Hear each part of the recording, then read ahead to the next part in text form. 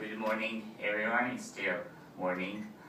My name is George Lluarsabiშვili. I'm an economist at Asian Development Bank's Georgia Resident Mission.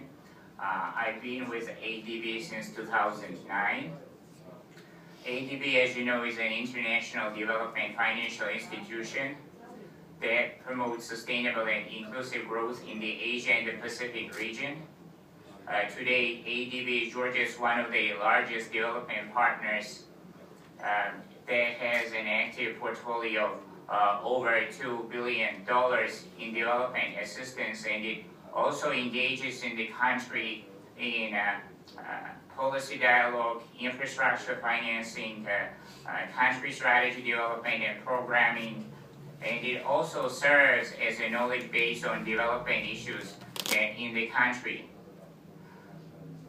So this can be considered as part of a knowledge sharing series, and the title of our today's presentation is Maximizing Development Effectiveness Through Evaluation Feedback. So the next slide provides the outline of our presentation. It's Maximizing Development Effectiveness, why, what, and how. Why assess performance of what? We will consider managing for development results in ADB operations, project stages, loan delivery, functional responsibilities, how we do it, monitoring the result chain, evaluation, design of the DMF and the sample DMF. We will take a look to understand what is contained in the DMF. Next slide, please. Development effectiveness. So this triangle pretty much summarizes it gives you a glimpse at the forthcoming presentation. It starts with the cascading down from MDGs and then go into learning and accountability, projects, programs, strategies and policies, and finally we will consider monitoring and evaluation. The first question is why question is about learning and accountability. Learning and accountability is at the core of MFDR, Managing for Development Results, which focuses on development impact and is a tool for increasing accountability and lessons learning. As you know, development projects have often been criticized for their in alignment with country development needs and government priorities due to the lack of country ownership of projects or the lack of the use of country delivery systems. Then we will discuss projects, which is a key constituent of our work. Which is a key constituent of our work, and there is a formal definition of projects, but basically a project is related to the infrastructure creation, such as building a road or a bridge or building a school, or it may relate to institutional reforms or the provision of services such as education, healthcare, social provision, etc. And finally, monitoring and evaluation. We will discuss in detail this aspect, but here I will just say that M&D is about quality assurance. It's about monitoring targets, and currently the trend is to broaden the assessment to go beyond traditional spheres to include development partnerships, coordination, policy advice, etc. So this is previous slide, please. So this is the maximizing development effectiveness. Why we do it?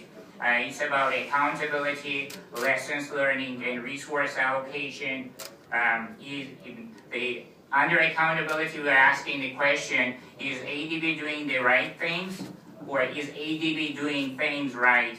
Are resources properly allocated and used, and intended outcomes realized? Under learning, we are considering what lessons are critical for improving development, the impact of future policy strategies, projects, and programs, and finally, resource allocation. How can ADB better improve resource allocation based on evaluation knowledge of what works and what doesn't?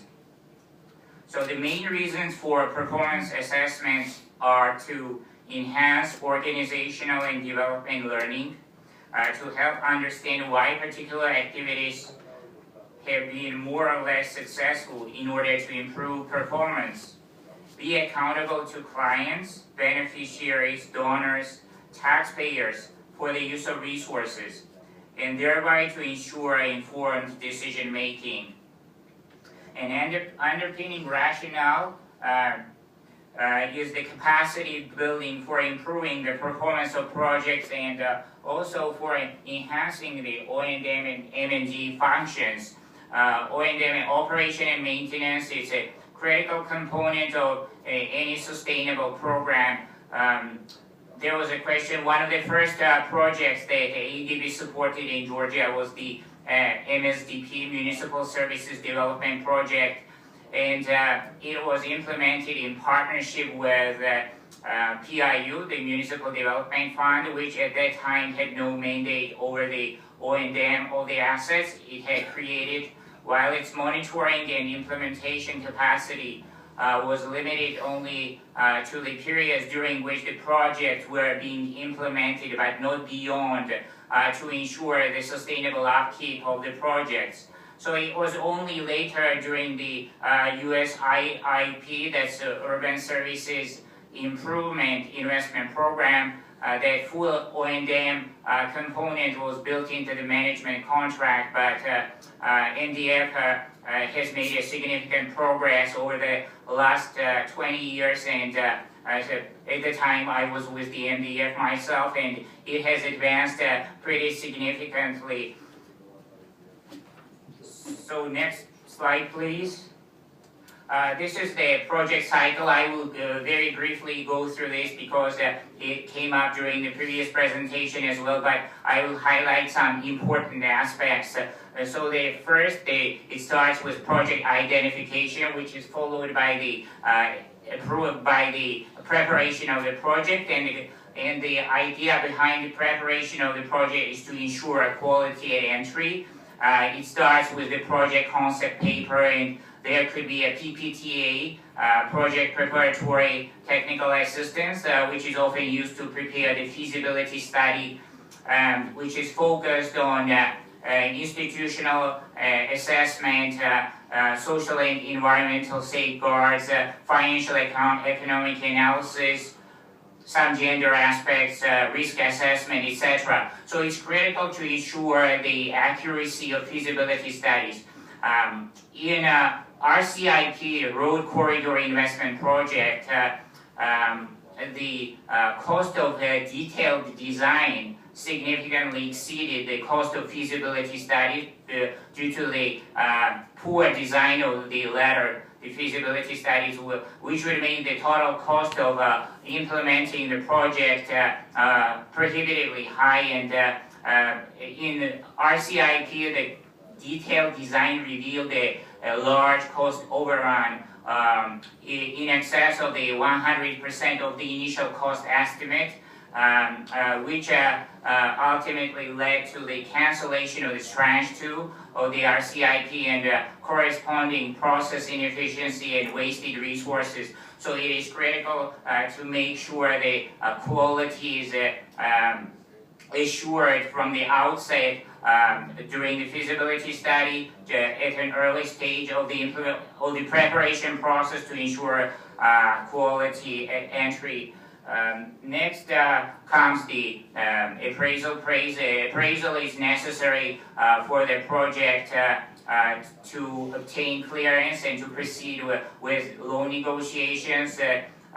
Loan agreement and RRP is provided to the government, which serve as a basis for as a basis for loan negotiations. Then OGC, the Office of the General Counsel of ADB, the legal counsel, will review the loan agreement and will clear RRP and the linked documents for board circulation. Once board approval has been obtained, it can go to loan signing, and OGC will then prepare an effectiveness letter stipulating all the conditions that the borrower must fulfill in order for the loan to be declared effective. After appraisal, the next stage is the implementation stage. The implementation stage is about managing ongoing activities. During preparation, appraisal, and approval are collectively referred to as processing.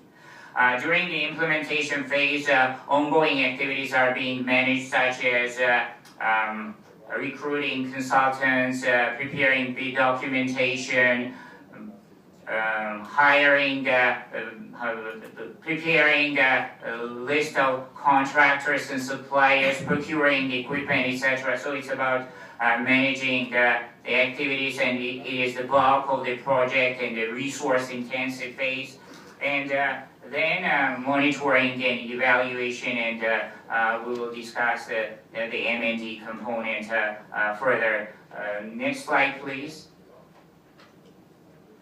So this is a more generic cycle. It has concept paper, as I mentioned, a PPTA, a draft RRP. RRP is a report and recommendation of the President to the Board of Directors. It provides general implementation arrangements, and also it always includes a financing plan, but it's a very general document, and details are specified in the PAM, Project Administration Manual, which has all the details on in terms of quality, timeliness, and cost basis. PAM is a living document. It is being continuously updated, and new information is being recorded, and it's a requirement for all programs and projects other than PBLs, policy-based loan, and program loans.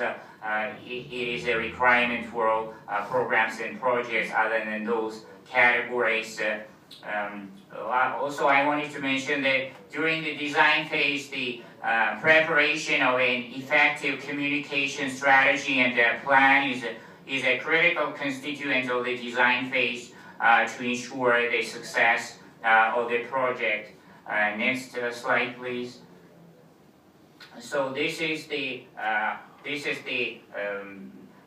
loan delivery functional responsibilities. It starts with project concept paper. There is a reconnaissance mission, which is followed by the fact-finding mission. Then either MRM or SRC will take place. Either management review meeting or staff review committee meeting will take place, depending upon the complexity of the project and the risk category. So after that, after loan negotiations, loan approval is followed by loan signing, and finally the project is loan is declared effective. So before approval and effectiveness takes place, all relevant information needed to design and analyze a project is collected, and project quality at entry is ensured to provide for cost-effective use of funds and minimize project preparation and oversight resources. Next slide, please. This is about monitoring and evaluation. This is the final aspect of the project cycle, monitoring the results chain. It has activities, inputs, outputs, outcomes, and impact. Project performance assessment traditionally involves monitoring and evaluation with a focus on assessing inputs and project implementation processes. The CPS, the Country Partnership Strategy, is a primary planning instrument guiding ADB's operations in the country. as well as a monitoring and evaluation tool to track performance against targets over the CPS period. So it was mentioned earlier today that a new country strategy is being prepared that will cover the period. It's a 5-year period from 2019 through 2023. So basically, in simple terms, the country partnership strategy is ADB's medium-term strategy and operational program that is aligned with country development needs and government priorities. And it also defines a strategic pipeline of ADB's projects and is designed in close collaboration with government stakeholders, CSO NGO community, other development partners, private sector, etc. Early involvement and participatory process is critical for the successful completion of this exercise. Monitoring review activities are about project performance data collection with respect to a plan, producing performance measures, and reporting and disseminating performance information. Monitoring answers the question, what are we doing? So it's about current activities. Monitoring takes place at regular intervals throughout the implementation to verify the scope and check whether the project is on target to deliver the planned scope, whether changes need to take place. So monitoring is about current activities. It's about it verifies the scope of the project. That means that there could be a scope change, as you know, there could be 2 types of scope change: a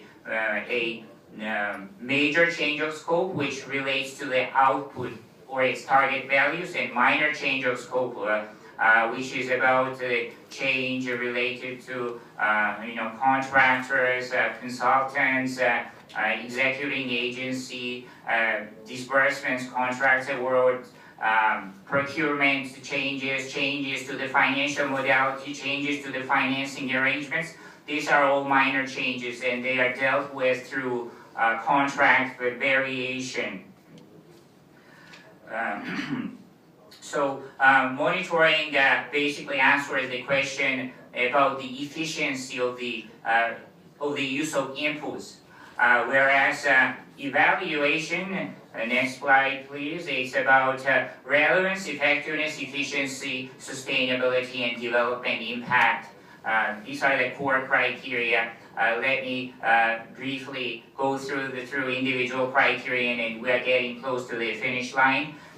So relevance is about consistency with government, country development needs and government priorities. Effectiveness is about achievement of outcomes. Efficiency relates to portfolio performance in terms of disbursements, implementation delays, cost overruns.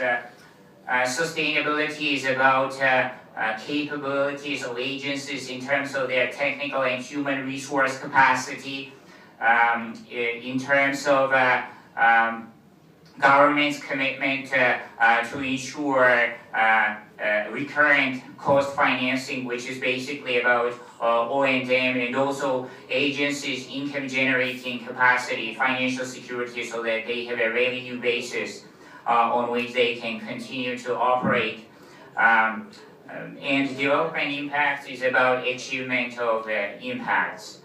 These are core criteria. There are also other criteria that assesses ADB performance, and also the performance of borrower and executive agency ADB performance in terms of ADB's responsiveness to government and development and priorities, country needs, whether ADB succeeded in building country ownership programs and projects, in terms of the ADB's role in aid coordination, and also project supervision and how successfully projects are being implemented, whereas the borrower is assessed whether it's in the driver's seat to drive the reform agenda and succeeded in building the country delivery systems, the country ownership, compliance with the principles of Paris Declaration on Aid Effectiveness, also compliance with loan covenants, etc. So evaluation is a systematic and comprehensive assessment of an ongoing or completed initiative by a neutral party, often. Evaluation focuses on relevance, effectiveness, efficiency, sustainability, and development impact. ADB also refers to the evaluation that takes place at the completion of a project as self-evaluation, and self-evaluation is conducted by the department which is responsible for the project. There is another type of evaluation which is called independent evaluation, and it is done by ID, Independent Evaluation Department of Asian Development Bank. Evaluation answers the question, what have we achieved and what impact have we had? So it's about impact. Next slide, please. So this is a design summary. Every ADB project has this kind of table that has a design summary, activities, outputs, outcome, impact. There are performance targets, the second column, which it can be either quantitative or qualitative, but if it's quantitative, it always contains a figure which is a baseline figure and against which then the progress is being measured. Data sources are the means of verification. So it's for every indicator there is some data source related to it, and assumptions and risks. Assumptions are a positive statement of condition. Assumptions are a positive statement of condition, whereas risks are negative statements. And here we only include those risks that are beyond project control, that risks that may be foreseeable but cannot be dealt with within the project. Performance indicators should be SMART. They're specific to the objective it is supposed to measure. Measurable, either quantitatively or qualitatively, achievable at an acceptable cost, relevant to information needs of managers, and time-bound so that we can expect the targets to be achieved. So it's SMART, specific, measurable, achievable, results-oriented, and time-bound. And finally, the next slide, this is the sample DMF law frame of a project in the education sector. As some of you may be aware, ADB is going to be a new entrant in the field of education in Georgia. So it's an illustrative case of an education sector DMF. It's a design statements. Let's quickly go through to understand what's the difference between summary statements. Impact. Impact, improved overall access and quality of primary education. Outcome, improved enrollment in primary schools and student performance. And outputs are better school facilities and revised curriculum. So you see the difference. Impact is the higher level goal. It's about access, quality, affordability, etc. Outcomes is about enrollment, so that supports the impact goal. And active outputs are pretty much activities, it's building schools, revising curriculum, etc. Performance targets, increased net enrollment from 90% to 95%. So 90% is a baseline figure, and the progress is being measured against the 95%. Increased literacy rates from 95% to 98%, and it also contains data sources and assumptions and risks. The design and monitoring framework, DMF, provides project managers with a framework to monitor and evaluate the achievement of development results, and is a tool for managing for development results. ADB is committed to MFDR. I think this is the last slide. It is. Thank you very much. The floor is open for Q&A.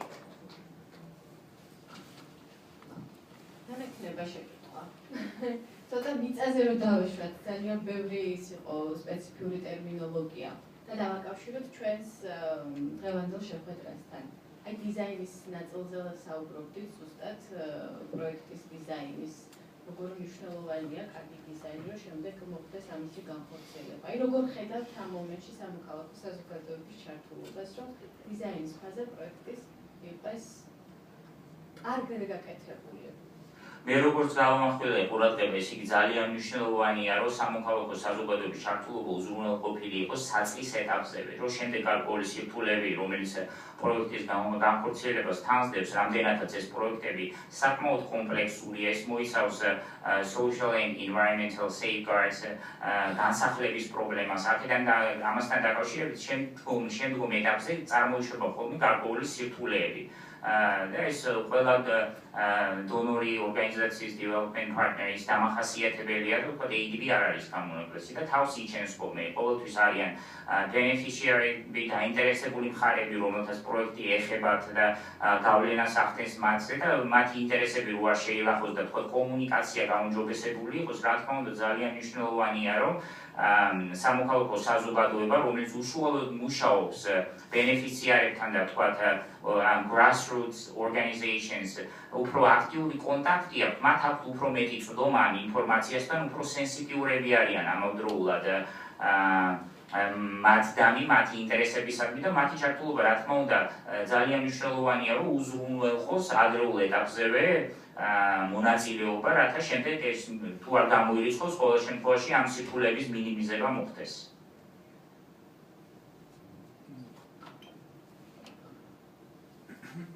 გამარჯობა, იცით რა მაინტერესებს? თავად შეფასების პროცესში, ხო, ეს უკვე შეფასება ხდება ეფექტიანობის გარკვეული პროექტის. ანუ აქ ფუნქციური თვალსაზრისით ვინახორციელებს ADB-ს, რომელიმე დეპარტამენტი ადგილობრივი მისია აკეთებს ამას, თუ რაღაც კონსულტანტები გარე არიან დაქირავებული და რა როლი აქვს თავად იმ უწყებას, რომელიც ასრულებდა პროექტს. ამ შემთხვევაში, როგორ არის ჩართული ან და ასევე ინფორმაცია, ანუ მაგალითად, თუ ესაც რაღაცა მიზანი არის და გვაქვს აღებული საწყისი წერტილი. როგორ ხდება იმის ინფორმაციის მოწოდება, ინფორმაციის შეგროვება, რომელზეც დაფუძნებითაც მე ვაკეთებ დასვენას, ხო? მადლობა შეგვიძლია.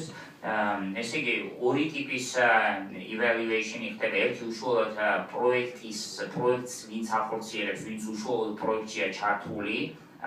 ეს უშუალოდ არის team leader-ი, რომელიც რა თქმა უნდა ეყნობა სხვადასხვა კონსულტანტების რიპორტებს და ასე შემდეგ, მაგრამ ეს team leader-ი უშუალოდ აკეთებს, თუმცა მას ყველაზე დიდი ინფორმაციული ბაზა აქვს, რომლის საფუძველზეც ხდება self evaluation, ანუ თვითშეფასება, ანუ PCR-ი დაიდება, project completion report. ამის წყარო არის თქვა აი პროექტის განხორციელების პროცესში ყველა სახის ინფორმაცია, რომელიც თავმოყრილია. მათ შორის კონსულტანტების რიპორტები, ეს იქნება feasibility study, detailed design თუ არის survey, focus ჯგუფებთან ურთიერთობა, ასე შემდეგ, ყველა ტიპის ინფორმაცია.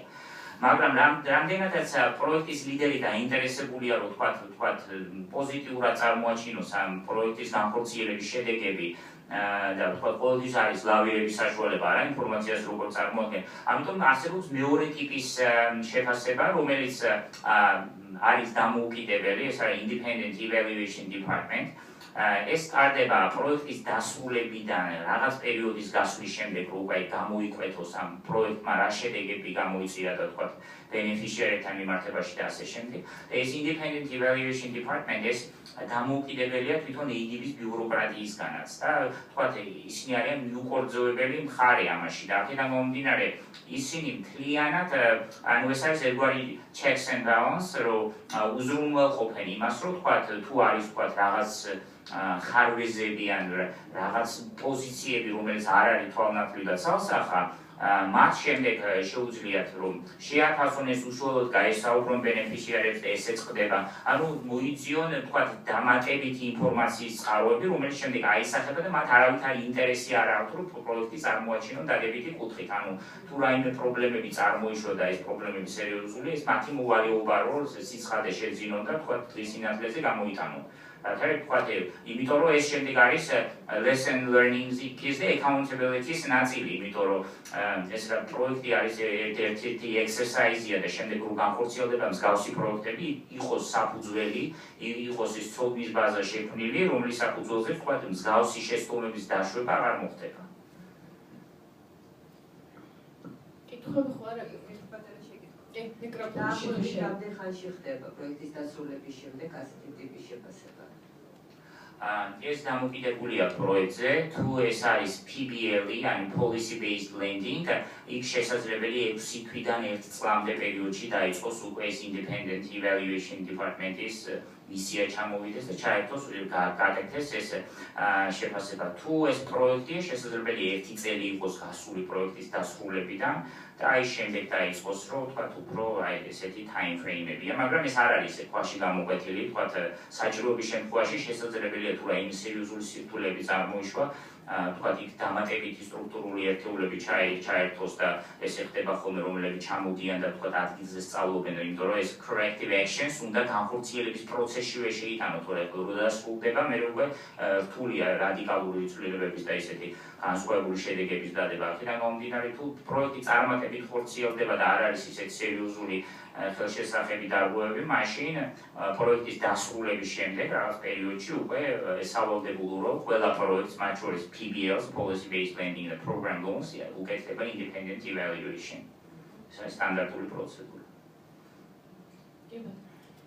ანუ წინა კითხვას დაუბრუნდები და ბიუროკრატიისგან თავისუფალი დეპარტამენტი უფრო მოსუსტად რა ნიშნავს? ანუ დაფინანსებას მაინც აიდან იღებს, ანუ ხო ნაწილია ADB-ის.